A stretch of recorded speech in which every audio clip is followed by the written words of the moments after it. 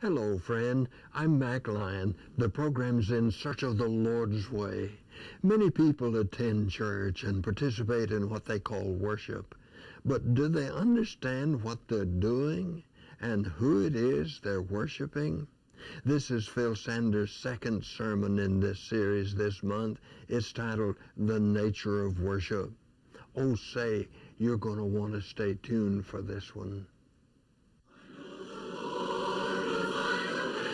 In all the hurry and hustle and confusion of modern living, the Lord has the way.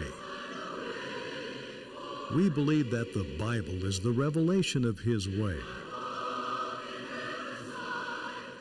We invite you to join us in search of the Lord's way with Mac Lyon. Today's speaker is Phil Sanders. Thank you, Mac. Hello, I'm Phil Sanders, and we're here to search God's Word for the Lord's way. The Bible always teaches us the truth, and that's why we go to it again and again. Thanks for spending this time with us, and we love to hear that you're watching or listening. We want to be a part of your life each week. When churches assemble to worship God, you remember that God is very much present with His people. The Lord Jesus said in Matthew 18 and verse 20, "For where 2 or 3 are gathered together in my name, there am I in the midst of them." Now ask yourself this question. What do you think about being in the presence of God? What if right now you found yourself in the very presence of God? Perhaps it's frightening. You remember John fell at the Lord's feet as though dead, Revelation 1 verse 17. Perhaps it's exciting. Perhaps it alarms your conscience to be in God's presence. You may be thinking like Isaiah of the sins in your life and realize that God knows all about them. Perhaps God's presence is comforting to you or reassuring to you in the midst of your storms. Perhaps being with God makes you want to say, "Thank you." Worship is a spiritual matter, and true worship exhibits a sense of awe and reverence in the presence of the divine. The word worship, in Greek proskuneo, means throwing oneself on the ground to show respect and awe.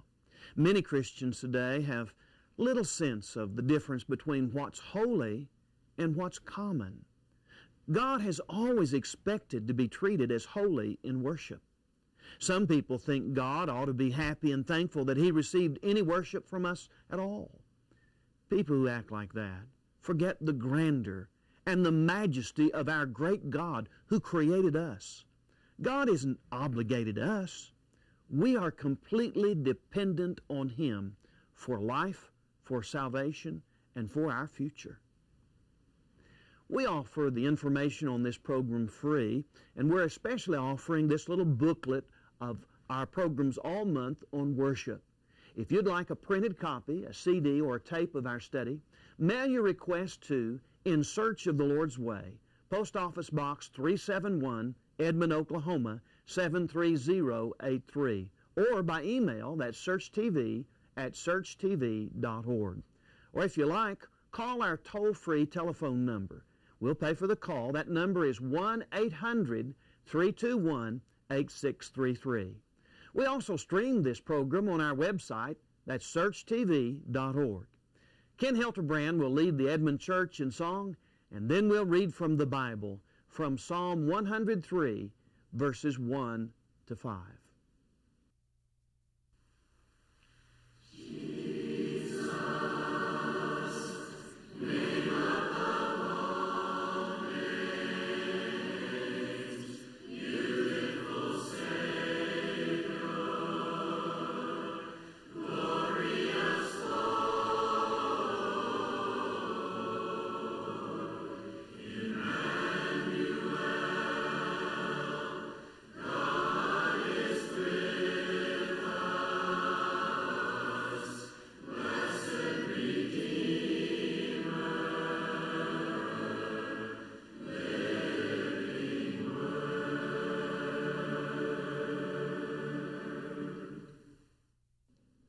Our reading from God's holy word today comes from Psalm 103, verses 1 through 5. Bless the Lord, O my soul, and all that is within me, bless His holy name. Bless the Lord, O my soul, and forget not all his benefits, who forgives all your iniquities, who heals all your diseases, who redeems your life from destruction, who crowns you with loving kindness and tender mercies, who satisfies your mouth with good things, so that your youth is renewed like the eagles. Oh, how wonderful it is to read from God's Word. Let's pray together.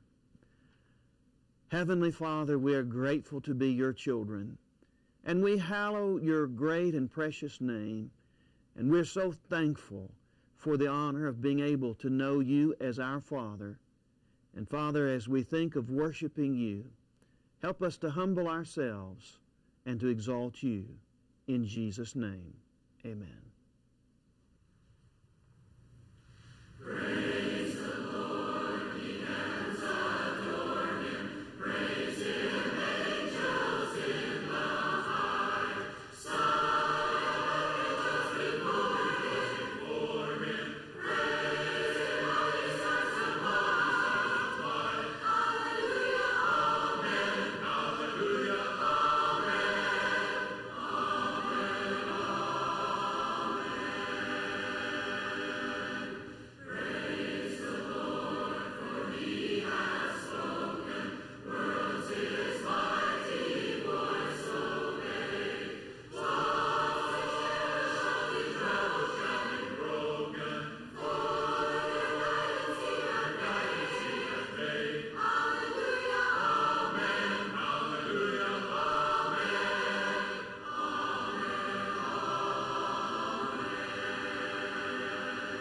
Praise the Lord, for he is glorious. Never shall his promise fail. God is victorious, glorious. Sin and death shall not prevail. Hallelujah, amen. Hallelujah, amen.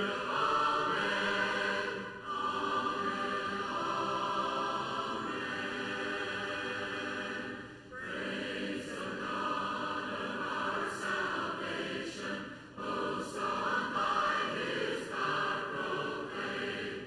Heaven all creation, Lord, magnify his name. Hallelujah, amen. Hallelujah,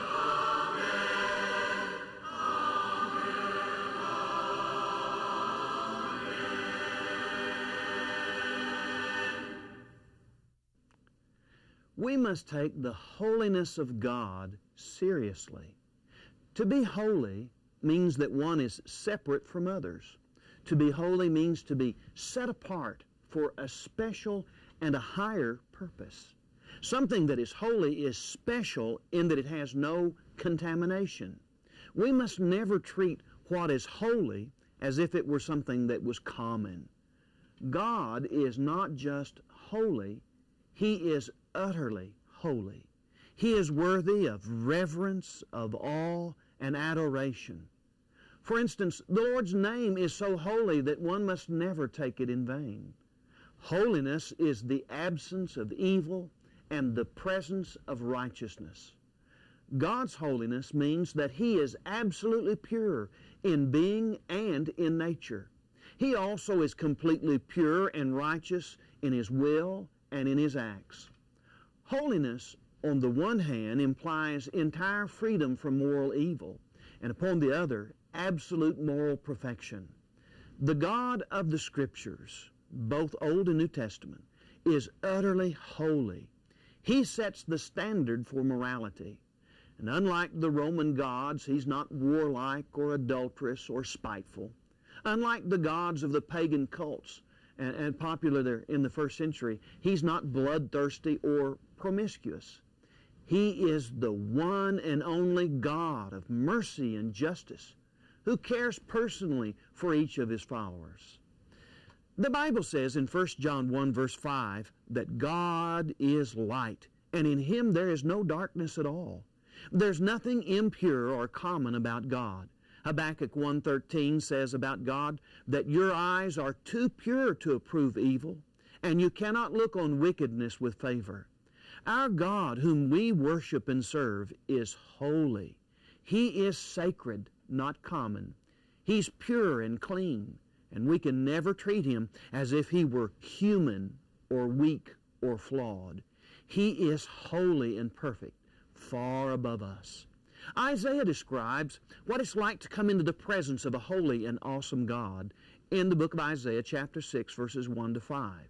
The Bible says, "In the year of King Uzziah's death, I saw the Lord sitting on a throne, lofty and exalted, with the train of His robe filling the temple.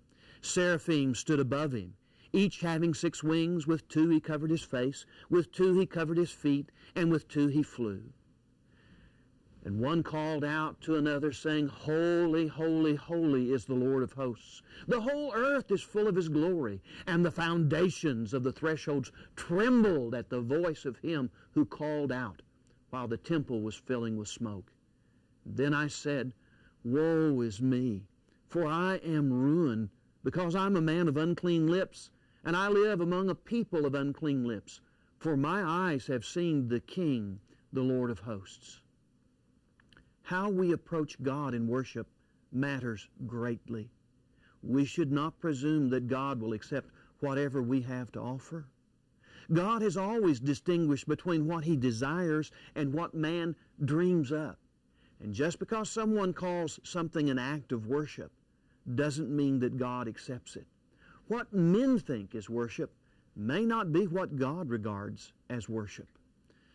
To worship God acceptably, we must ask God what He requires for worship.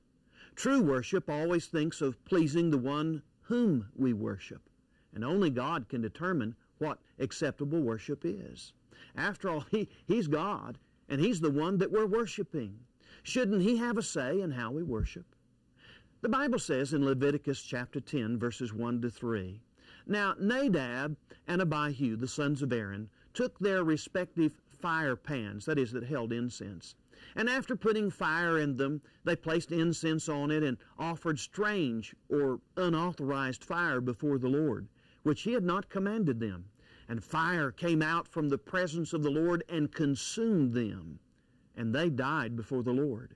And then Moses said to Aaron, It is what the Lord spoke, saying, By those who come near me I will be treated as holy, and before all the people I will be honored." This event in the Scriptures is there so that we might learn from it. Now, Nadab and Abihu were the sons of Aaron, the high priest. They were nephews of Moses. For several days before this incident, they had participated in their own consecration and the consecration of the tabernacle with many sacrifices. Leviticus chapters 8 and 9 tell of this beginning of Israel's worship in the tabernacle. And 10 times Moses had given them instructions, telling them what the Lord commanded them to do. And they did just as the Lord commanded until they decided to act on their own authority. Carelessness did not excuse Nadab and Abihu. Hearts wanting to praise the Lord didn't excuse them from going beyond the authorized commands. You see, they acted on their own authority, and they paid a dear price. They presumptuously took their fire pans and placed incense in them. Then they went to an unauthorized place to get strange fire for their incense. They offered up something different than what God instructed. They offered it spontaneously in response to the glory of the Lord coming down. Well, the Lord didn't command them to do this and didn't give them permission to use strange fire. And so God punished them for acting on their own authority. God has never accepted worship that ignores what He instructs, and He never has accepted what's invented by man. People are not always interested in what God desires. They think they have something better than what God wants. They think they need to do something to tickle the ears or to draw a crowd. The Lord Jesus, you remember in Matthew 15 and in Mark 7, clearly condemned using the traditions of men. The Lord said that when people follow the traditions of men, they transgress the commandments of God. In those days, they were taking money that should have been used to support their elderly parents and declaring it korban or devoted to God. And by pronouncing this money korban, the Pharisees could use this money selfishly in their worship, in offering gifts. Well, in Matthew 15, verses 6 to 9, the Lord said, "So for the sake of your tradition, you have made void the word of God. You hypocrites! Well did Isaiah prophesy of you when he said, 'This people honors me with their lips, but their heart is far from me. And in vain do they worship me,' listen to this, 'teaching as doctrines the commandments of men.' When people act on their own initiative, they show that their hearts are not right with God, because they've not listened to Him but to men. Listening to men rather than to God makes our worship vain." Why? Because in listening to the teachings of men, we stop listening to God. We treat God as less than men. We haven't given Him the holy place in our hearts that He deserves. In Colossians chapter 2, verses 20 to 23, the Bible says, "If you have died with Christ to the elementary principles of the world, why, as if you were living in the world, do you submit yourself to decrees such as do not handle, do not taste, do not touch, which all refer to things destined to perish with the using?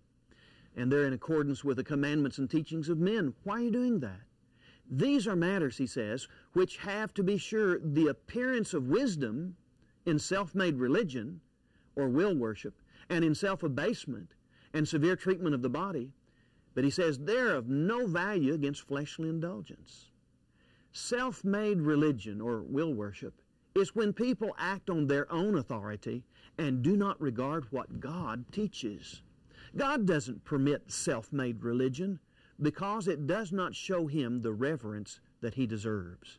Now, they may appear to have value to people, but they have no value to God.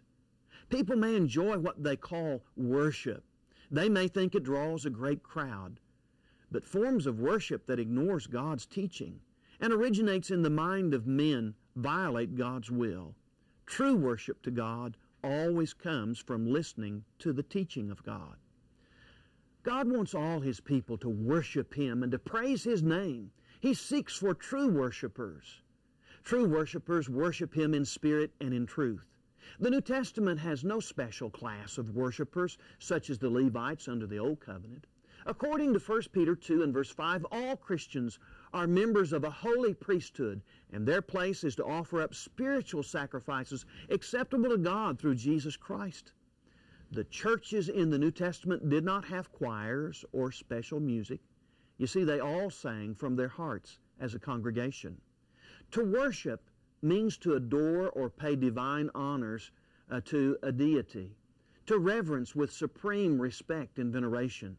They didn't fall prey to the notion that worship was for them.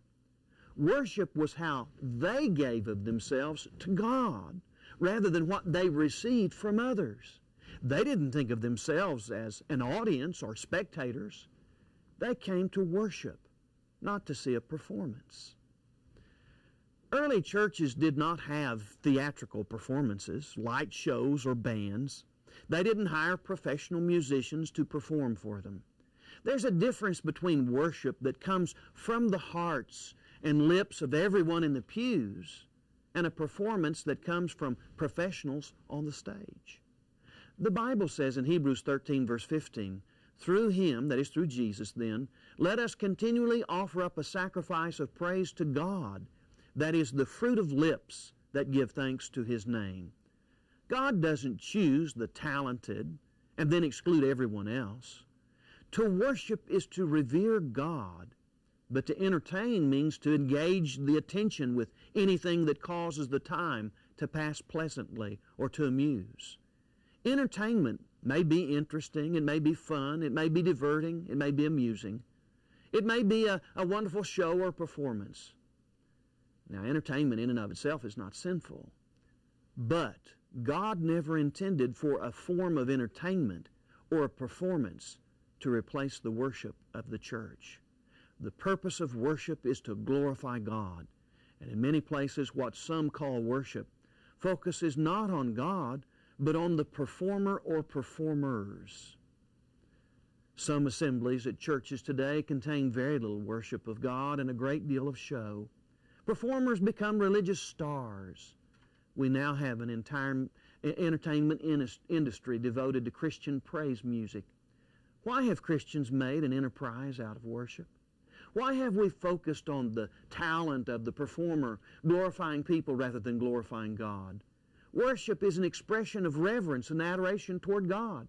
Worship is our response to a gracious and holy God, and it needs to be placed in this context if it's to be properly understood. It's right to remind ourselves in church that we're not the audience. God is. He's there to receive our praise and adoration. And we've met there to honor Him.